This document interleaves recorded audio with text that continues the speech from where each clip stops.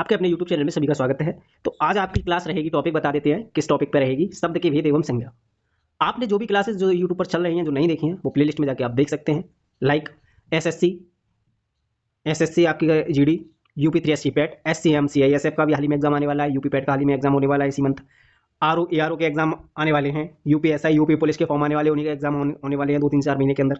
तो जो भी आपकी क्लासेस चल रही हैं, आपके आने वाले एग्जाम को देखते हुए सारी क्लासेस चल रही हैं। हिस्ट्री की क्लासेस करा दी गई हैं 7 से 8 क्लासेस, आप प्लेलिस्ट में जाके देख सकते हैं। हिंदी की क्लासेस कंटिन्यू चली रही हैं, आप जाके प्लेलिस्ट में चेक कर सकते हैं, देख सकते हैं जो भी आपने नहीं पढ़ी हुई है। रीजनिंग किसी प्रकार की क्लासेस आपकी 1-2 क्लास हो गई है, बाकी क्लासेस चल रही हैं। मैथ की क्लासेस जल्दी से आपकी आने वाली हैं आपके चैनल पर। तो आप बने रहिए, देखते रहिए और आपकी अपनी तैयारी को मजबूत बनाए रखिए। चलिए चलते हैं, आपका समय ज़्यादा ना लेती हूँ टॉपिक की ओर। तो आज आपका टॉपिक है शब्द के भेद। शब्द के भेद तो उत्पत्ति के आधार पर शब्द के भेद जो होते हैं वो 5 होते हैं। कितने? 5। अर्थ या प्रयोग के आधार पर शब्द के भेद होते हैं वो 4, जैसे विलोम शब्द, पर्यायवाची शब्द, अनेकार्थी, एकार्थी। विकार परिवर्तन के आधार पर शब्द के भेद होते हैं वो 2 होते हैं। अगला पॉइंट है आपका, कौन कौन से विकारी शब्द और अविकारी शब्द। विकारी शब्द कौन से होते हैं? ऐसे शब्द जिनका परिवर्तन किया जा सके। ठीक, क्या हो सके? परिवर्तन किया जाए। किस में परिवर्तन होगा वो आप जान लेते हैं। विकारी शब्द वे के शब्द कहलाते हैं जिन शब्दों को लिंग, वचन, पुरुष, काल, कारक का प्रभाव पड़ने पर परिवर्तित किया जा सके। जैसे संज्ञा का में लड़का शब्द था संज्ञा, और इसको जब लिंग में परिवर्तन किया तो क्या बन गया? ये लड़की। ठीक है, चलिए। सर्वनाम मम दंता, तो ये क्या बन गया? सर्वनाम आपका, इसका भी परिवर्तन हो गया। विशेषण सुंदर, क्या था? विशेषण सुंदरी, तो इसका परिवर्तन हो गया। क्रिया, पढ़ क्या है? क्रिया है, ता प्रत्यय लगाया, क्या बन गया? पढ़ता, पढ़ती, पढ़े। तो जिनका परिवर्तन वचन, पुरुष, काल, कारक का प्रभाव पड़ने पर परिवर्तन किया जा सके वे विकारी शब्द कहलाते हैं। अगला पॉइंट है आपका, विकारी शब्द के भेद कितने होते हैं ये जान लेते हैं। विकारी शब्द के भेद होते हैं वो 4 होते हैं। पहला आपका है संज्ञा, दूसरा है आपका सर्वनाम, तीसरा है विशेषण, चौथा है क्रिया। अब विकारी शब्द के भेद तो ये हो गए 4, लेकिन इन भेदों के जो भेद कितने होते हैं वो, जैसे संज्ञा है। अब संज्ञा के 3 भेद जो होते हैं मूल रूप से, और 3 अगर ऑप्शन में नहीं दिया है तो अगर 5 दिया है तो 5 आंसर होगा, और 3 और 5 दोनों दिए हैं तो करेक्ट आंसर 3 होगा। ठीक है, याद रखिएगा। चलिए आगे चलते हैं। सर्वनाम के भेद जो होते हैं वो 5 होते हैं, 6 होते हैं। ठीक, विशेषण के 4 भेद होते हैं। क्रिया के रचना क्रम के आधार पर 2 प्रकार की, अर्थ के आधार पर 8 की, प्रयोग के आधार पर आप 10 प्रकार की होती है। चलिए अगला पॉइंट है आपका, अगला पॉइंट संज्ञा जान लेते हैं कि क्या है डेफिनेशन संज्ञा की।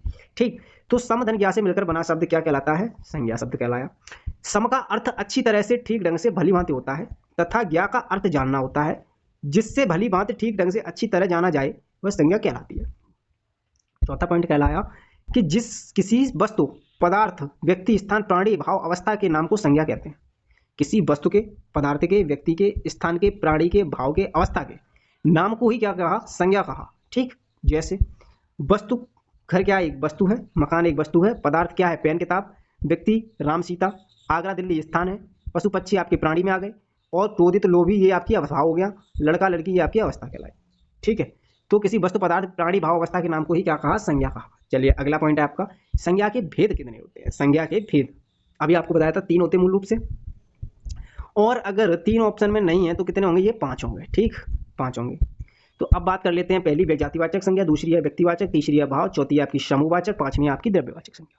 ठीक है, ये द्रव्यवाचक संज्ञा और समूहवाचक संज्ञा ये आपकी जातिवाचक संज्ञा के अंतर्गत ही काउंट किए जाते हैं, इसलिए यही 3 माना गया है। लेकिन 3 ऑप्शन में अगर नहीं होता है तो इनको अलग अलग डिफाइन करके 5 ऑप्शन दिया हुआ होता है तो 5 आप टिक करते हैं ऑप्शन। ठीक है, चलिए आपका अगला पॉइंट है जातिवाचक संज्ञा।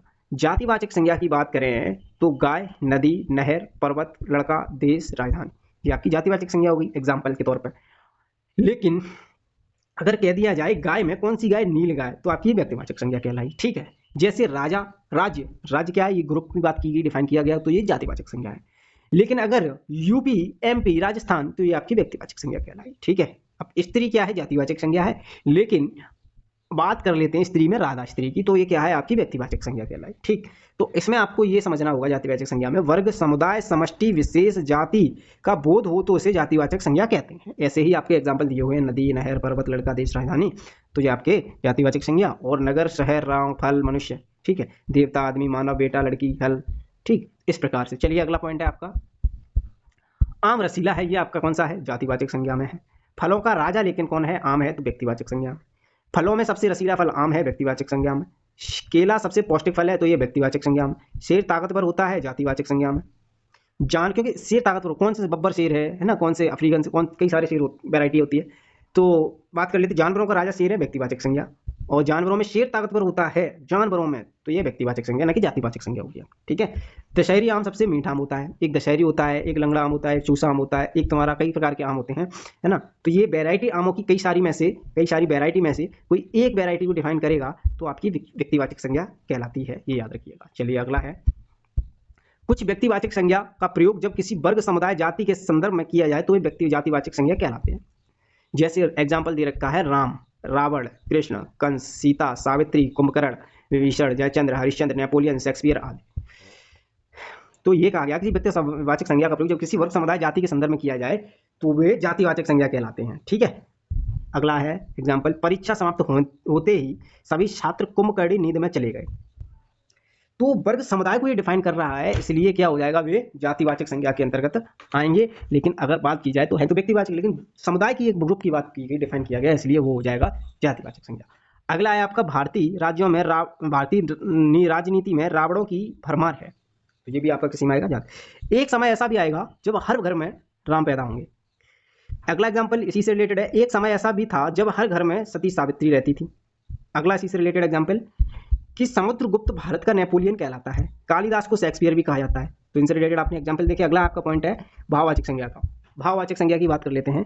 तो ये अस्पर्शी होती हैं। कभी आपने देखा होगा मर्सी, दया आपने कहीं देखी है घूमती हुई, चलती हुई? नहीं, क्योंकि ये क्या होते हैं, अस्पर्शी होते हैं। बुढ़ापा अस्पर्शी है, बचपन अस्पर्शी है, मिठास को आपने कभी छुआ नहीं होगा क्योंकि वो अस्पर्शी है, फील किया जा सकता है, देखा जा सकता है। तो अस्पर्शी होते पहला पॉइंट है। दूसरा पॉइंट है भाववाचक संज्ञा का, अनुभवजन्य होते हैं, इनको फील किया जा सकता है, जैसे क्रोध को फील किया जा सकता है, हर्षित, ठीक है, सुखद, प्रत्यय लगा होता है, वो भी भाववाचक संज्ञा का। जैसे लिख क्या है, क्रिया है, आवट प्रत्यय लगाया तो क्या हो गया, लिखावट, तो भाववाचक संज्ञा कहलाई। पियक्कड़ भाववाचक संज्ञा। कुछ भी बिना प्रत्यय के भी होती हैं, जैसे उमंग, उल्लास, भाववाचक संज्ञा के अंतर्गत आते हैं। मीरा की लिखाई बहुत सुंदर है, लिख धन आई, तो भाववाचक संज्ञा के अंतर्गत आया, क्योंकि लिख क्या है, क्रिया, आई प्रत्यय, लिखाई, और क्या हो गया आपका भाववाचक संज्ञा के अंतर्गत आया। मेरी लिखावट अच्छी नहीं है, ये भी क्या है, भाववाचक संज्ञा। हिंदू मुस्लिम में तनाव चल रहा है, तन धन आओ, भाववाचक संज्ञा।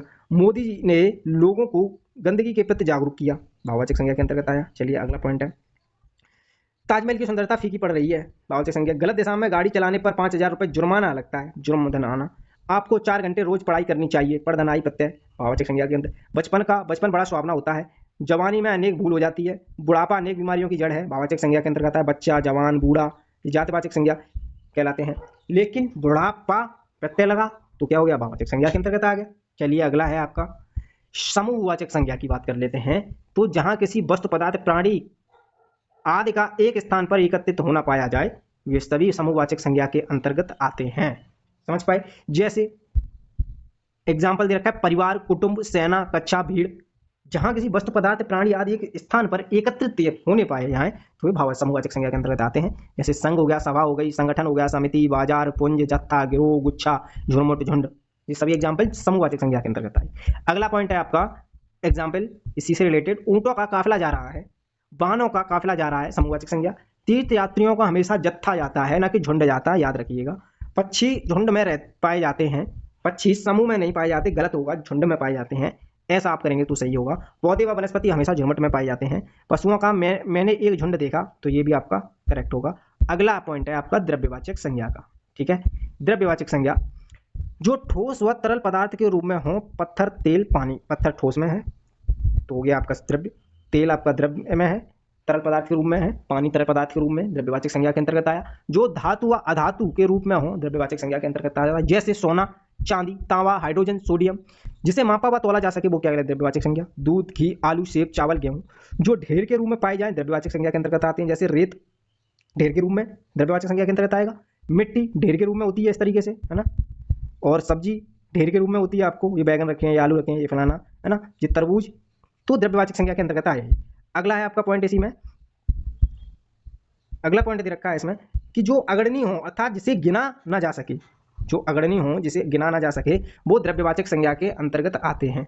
जैसे चावल, चावल को तुम ऐसा तो है नहीं, चावल तुम लेने जाते हो तो एक चावल दे दो, 2 चावल, 3 चावल, क्योंकि उन्हें गिन नहीं सकते ना चावलों को, 1 kg दे दो, इस तरीके से कहोगे, है ना। आटा, ये द्रव्यवाचक संज्ञा के अंतर्गत आता है, जिसे गिना नहीं जा सकता, इसको भी नहीं गिना जा सकता। केला, आलू, खीरा, भिंडी, तो ये सभी द्रव्यवाचक संज्ञा के अंतर्गत आते हैं। तो आज आपकी क्लास ये कंप्लीट हुई। आज आपकी क्लास में टॉपिक शब्द के भेद एवं संज्ञा कंप्लीट करा दिए गए। जो भी पिछली क्लासेस जिसने नहीं देखी है वो प्लेलिस्ट में जाके देख सकते हैं। लाइक हिस्ट्री की क्लासेस चल रही है वहाँ पे, और रीजनिंग की भी क्लासेस चल रही है, हिंदी की क्लासेस कंटिन्यू आपकी चल रही है, डेली प्रैक्टिस भी क्लासेस करा दी गई है, कुछ थ्योरी की भी करा दी गई है। तो जिसने भी नहीं देखी वो प्लेलिस्ट में जाकर आप देख सकते हैं। ये आपकी लाइक एग्जाम में यूज होने वाली है, यूपीपीएससी पैट के लिए भी यूज होंगी ये क्लासेस, यूपीएसआई में भी है, और ये classes UP police, RO, ARO, SSC, GD, STM, CISF का हाल ही में एग्जाम आने वाला है, यूपी पैट का भी अभी हाल ही में इसी मंथ का एग्जाम है। एनी स्टेट एग्जाम जो भी है वो सभी एग्जाम के लिए हेल्पफुल रहेंगे ये वीडियो। तो जिसने नहीं देखी है वो अपनी तैयारी को बेहतर कर सकते हैं, इन क्लासों को देखकर वो बने रहिए। इन क्लासों के साथ साथ तैयारी को अपनी को मजबूत बनाए रखिएगा। मिलते हैं नेक्स्ट वीडियो में नेक्स्ट टॉपिक के साथ। Thanks for watching, bye.